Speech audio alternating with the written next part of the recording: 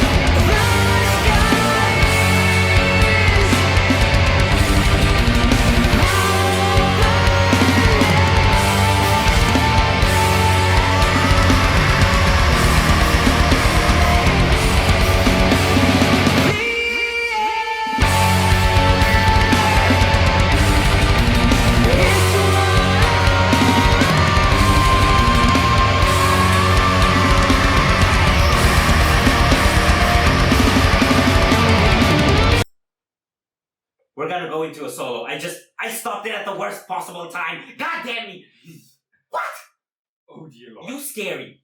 We're not big on black metal, but I hear a little bit on gla. Little bit. I don't know them well enough to say. Okay, points right off the bat. Cleaner sound than most black metal. I'm a prog nerd, so I'll do with that. I love that. And then, the biggest problem with all black metal. It's too flat. Yes, and they like did all the dig. This isn't black metal. This is more like black meets melodic goth doom. I pull the goth out of there, I think. I don't know. I think I actually saw the word goth in their own description, but I could be wrong. Okay, then if that's the case, I wouldn't take the word goth out of there. Let's go. We still have a bit to go, and the guitar solo coming. Yes, So.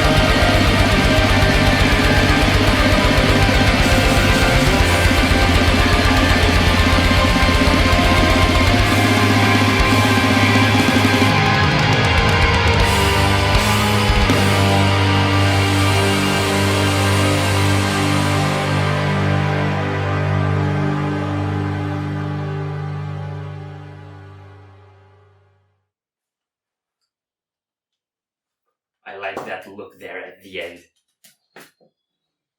This was torturous in all the beautiful ways.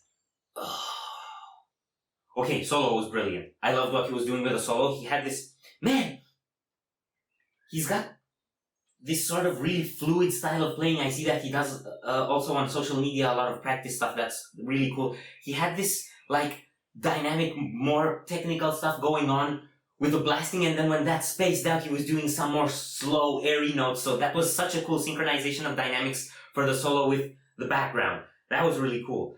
I did think, first off, given that this is mainly black metal, I didn't expect the solo coming in the first place. I definitely didn't expect such a melodic solo, and most definitely didn't expect such a, I guess, diverse and elaborate solo, and especially towards the end, like when it peaked. I thought that was the end, and it was actually just a tease because it kept going for a few notes. So that was a touch I really liked.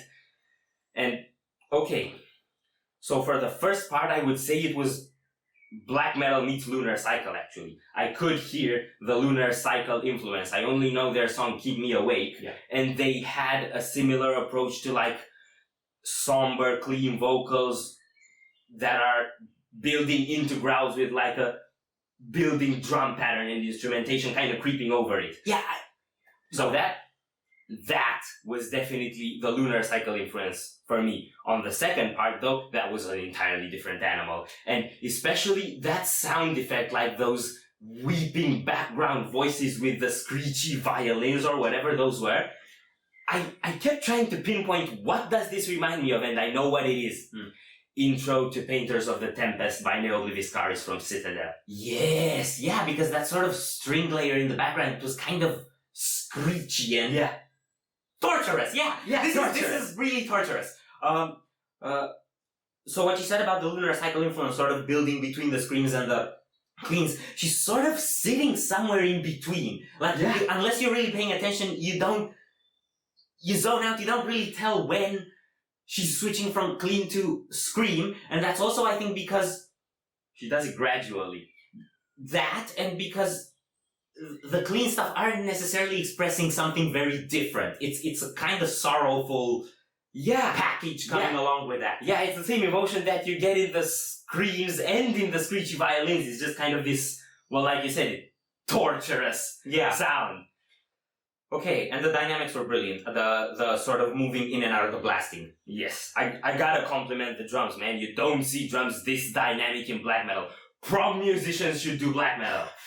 That's actually a curious thing. Like, we've made it a case that we're pretty much fans of progressive metal in Greece, but it's no secret they have quite a few legends in the extreme end too, and as far as I know, these are the only people so far that I've seen go in both territories. Yo, man, so you're taking the Rotting Christ Septic Flesh Varatron dimension and merging it with the Need poem within Progress Lunar Cycle era and like, Euphrosyne. Something like that. Okay, I feel like I can keep talking. I feel like there's a lot, but I'm gonna cut it here. If you have anything else to say. Okay, so guys, be sure to check out this band and definitely be sure to check out Lunar Cycle. It's a band we really both like. If you enjoyed our reaction, we greatly appreciate the likes and shares, and if you want to see more, don't forget to subscribe with bells on. Thank you very much for stopping by. We hope you enjoyed your stay, and we'd love to see you back at the windmill very soon. Corpse is out.